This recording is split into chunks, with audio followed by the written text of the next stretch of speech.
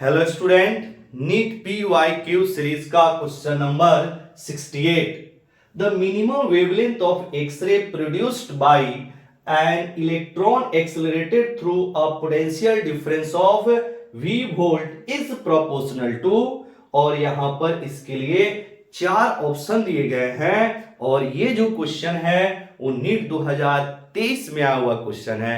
Simple question है, तो आइए इसके सॉल्यूशन को हम लोग समझते हैं।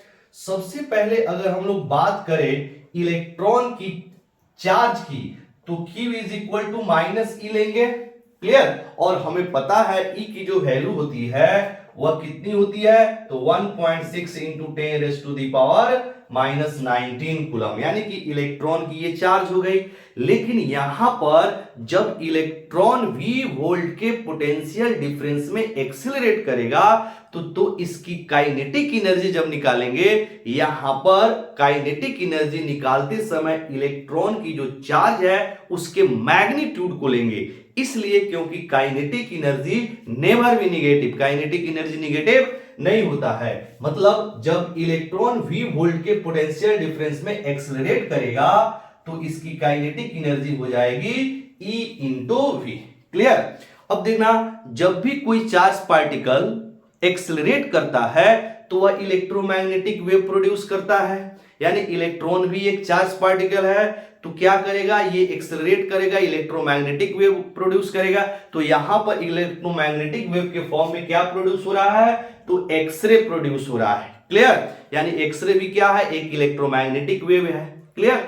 तो ये जो अपनी एनर्जी जो है वह एक्सरे को ट्रांसफर करेगा, यानी कि जो काइनेटिक एनर्जी इलेक्ट्रॉन का है वह किसमें कन्वर्ट हो जाएगा, वह एक्सरे के एनर्जी में कन्वर्ट हो जाएगा। यानी कि अगर हम लोग बात करें कि एनर्जी ऑफ एक्सरे को अगर ई बोले तो एक्सरे की एनर्जी कितनी हो जाएगी, hc by lambda. Electromagnetic wave की एनर्जी कितनी होती है, hc बाई लेमडा। अब क्या करेंगे, यही काइनेटिक एनर्जी टोटल आपका एक्सरे के एनर्जी में कन्वर्ट हो जाएगा। तो यहां पर हम लोग लिखेंगे E into v is equal to hc by lambda. Clear.